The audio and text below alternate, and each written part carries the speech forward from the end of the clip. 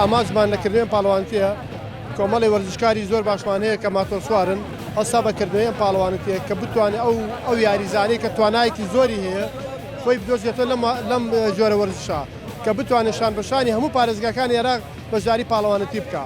ئەمەش تاکە پاڵەوانەتیە کە بەم شێوە بە شێوازێکی زۆر نیزامی کە ڕۆشتە بڕێەوە لە هەموو پارێزگاکانی عێراق بەشدار بوون 52 ماتۆر سوار بەشدار بوون لە جۆری ماتۆڕەکان واتە ماتۆر یەک جۆر نییە بە حەجمی 250 و 450 خۆشبەختانە تاکە یاریزانی ئێرانیش بەشدار بوون نەک هەر یەک یاریزان ئەمەش خۆی بۆ خۆی یعنی پاڵەوانەتێکی گەورەیە.